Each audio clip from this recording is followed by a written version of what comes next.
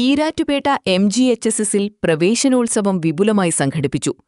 ആൺകുട്ടികളും പുതുതായി സ്കൂളിലെത്തിയെന്നതാണ് ഇത്തവണത്തെ പ്രവേശനോത്സവത്തെ വ്യത്യസ്തമാക്കിയത്.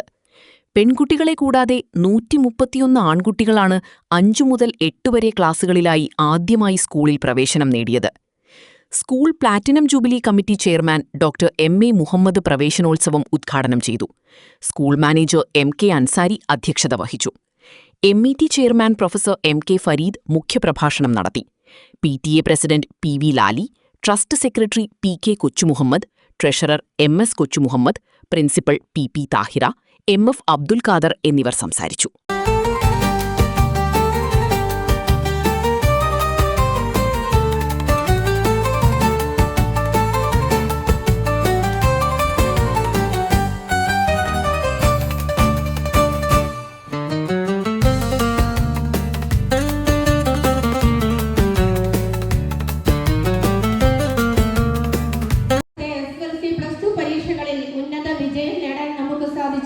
പത്താം ക്ലാസ്സിലെ പരീക്ഷ എഴുതിയ 220 കുട്ടികളും ഹയർ ലെവലിന് വിദ്യാഭ്യാസ നിലയിൽ എയ്ഡഡ് സ്കൂളുകളിൽ ഏറ്റവും കൂടുതൽ A+ നേടിയത് നമ്മുടെ സ്കൂളിൽ ഒരു ചരിത്ര നിമിഷത്തിൽ എത്തി നിൽക്കുകയാണ്.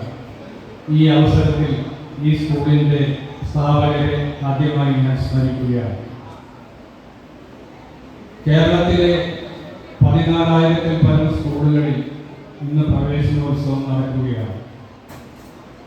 1-ാം ക്ലാസ്സിൽ ഏതാണ്ട് 2.25 ലക്ഷം വിദ്യാർത്ഥികളും അതുപോലെ 5-ാം ക്ലാസ്സിൽ ഏതാണ്ട് 3 ലക്ഷം വിദ്യാർത്ഥികളും ഇന്ന് പുതിയ സ്കൂളുകളിൽ എത്തുകയാണ്. നമ്മെ സംബന്ധിച്ച് 318 കുട്ടികളാണ് ഈ വർഷം പ്രവേശനം നേടിയിരിക്കുന്നത്. 187 പെൺകുട്ടികളും 131 ആൺകുട്ടികളും ഈ സ്കൂളിൽ പ്രവേശനം നേടിയിരിക്കുന്നു.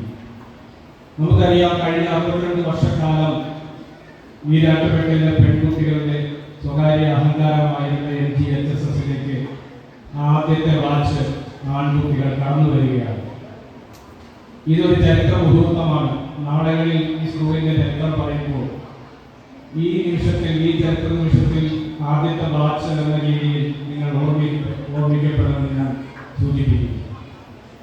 അതുപോലെ ഈ സ്കൂൾ മാനേജ്മെന്റിന്റെ പേരിൽ നിങ്ങളോട് സൂചിപ്പിക്കാൻ ഞാൻ ആഗ്രഹിക്കുകയാണ്. നിങ്ങൾ ഈ സ്കൂളിന്റെ പ്രവേശന കവാടം കടന്ന് ഇതിലേക്ക് പ്രവേശിക്കുമ്പോൾ നിങ്ങൾ കാണുന്നത് ഒരു സ്കൂൾ ബിൽഡിംഗ് മാത്രമാണ് എന്ന് നിങ്ങൾ കരുതരുത്.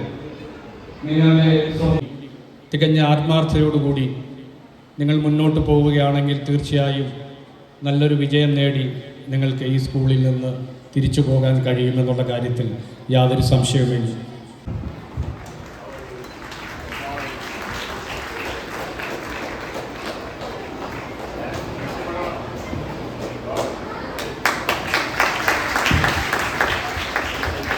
Good morning. Ansari brother, please say good morning. Okay. ആവേശഭരിതമാണെന്ന് ഞാൻ മനസ്സിലാക്കി. ആദ്യമായിട്ടാണ് ഒരു പ്രവേശനോത്സവത്തിൽ ഞാൻ പങ്കെടുക്കുന്നത്. അതെ, ഞാൻ രാവിലെ 7 മണിക്ക് എറണാകുളത്ത് തിരിച്ചതാണ്. ഈ പ്രവേശനോത്സവത്തിന്റെ ഭാഗമായിട്ടാണ് തോന്നുന്നത്. Road heavy ട്രാഫിക്കാണ്.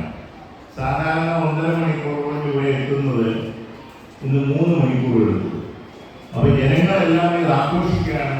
ഒരു ഉത്സവം ആഘോഷിക്കുന്നതിനേക്കാൾ വലിയ ആവേശത്തോടു കൂടി നിങ്ങളെല്ലാവരും ആഘോഷിക്കുന്നത് കാണുമ്പോൾ എനിക്ക് വളരെയധികം സന്തോഷമുണ്ട്. ഈ സ്കൂള് ലീന മാഡം പറഞ്ഞത്, സ്കൂള് 62 വർഷമായി തുടങ്ങിയത്. ലീനയൊക്കെ അന്ന് ജനിച്ചിട്ടുണ്ടോ ഇല്ലയോ എന്ന് എനിക്കറിയില്ല. പിന്നെ ജനിച്ചിട്ടില്ലായിരിക്കുമെന്ന്.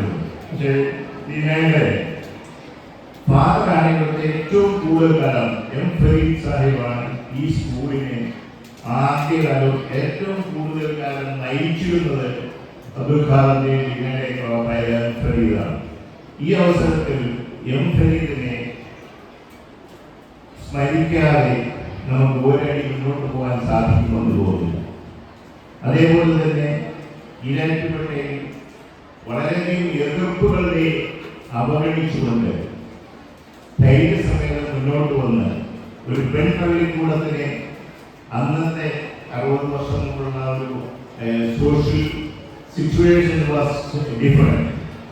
സ്ത്രീകളുടെ പെൺകുട്ടികളുടെ വിദ്യാഭ്യാസത്തിൽ വേണ്ട എന്ന് ധരിച്ചിരുന്ന ഒരു സമൂഹത്തിൽ വളരെ ധൈര്യപൂർവ്വം മുന്നോട്ട് പോകുന്ന നമ്മുടെയൊക്കെ ആരാധ്യനായ പരിഗണിച്ച ഫാദർ MK കൊച്ചുമുക്കാർ സാഹിബാണ് ഇതിന്റെ സ്ഥാപനം.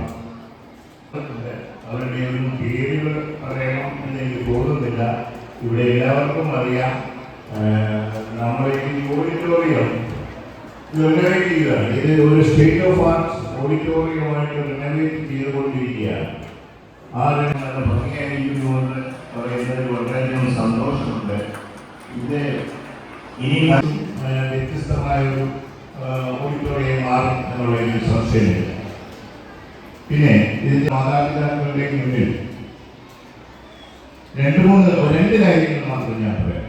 ഒന്ന്, ഈ സ്കൂളിന്റെ ടാഗ് ലൈൻ വിഷൻ നിങ്ങളെല്ലാം കണ്ടു കാണുന്നത് നർച്ചർ ഗ്ലോബൽ എഡ്യൂക്കേഷൻ വിഷൻ. അത് എന്താണെന്ന് നിങ്ങൾക്കെല്ലാം മനസ്സിലാകുമെന്ന് ഞാൻ കരുതുന്നു.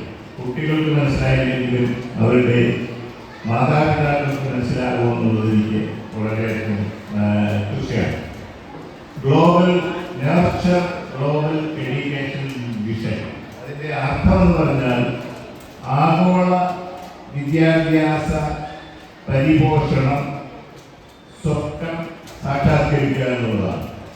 ആ സ്വപ്ന സാക്ഷാത്കാരം ഒരു ആഗോള നിലവാരത്തിലുള്ള വിദ്യാഭ്യാസം എങ്ങനെ നേടാം എന്നുള്ള സ്വപ്നം സാക്ഷാത്കരിക്കുകയാണ് നമ്മുടെ അംബീഷൻ. അതെങ്ങനെ സാക്ഷാത്കരിക്കാം, എങ്ങനെ അത് അച്ചീവ് ചെയ്യാം എന്നുള്ളത് നിങ്ങളുടെ പിതാക്കൾ, ചെറിയ കുട്ടികളാണ്, അവരോടൊന്നും പറഞ്ഞിട്ടില്ല. കുട്ടികളുടെ മാതാപിതാക്കൾ അറിയേണ്ടതാണ്. ഒരു ആഗോള ലെവൽ ഉള്ള വിദ്യാഭ്യാസത്തിലേക്ക് നാം എല്ലാം പോയിക്കൊണ്ടിരിക്കുകയാണ്. ഇവിടെ നമ്മുടെ മിനിസ്റ്റർ ഷംസുദ്ദീൻ നമ്മുടെയൊക്കെ സുഹൃത്തുക്കളാണ്, നമ്മുടെ പഴയ സുഹൃത്താണ്. അദ്ദേഹം പറഞ്ഞ പോലെ, അതുപോലെ സതീശൻ പറഞ്ഞത്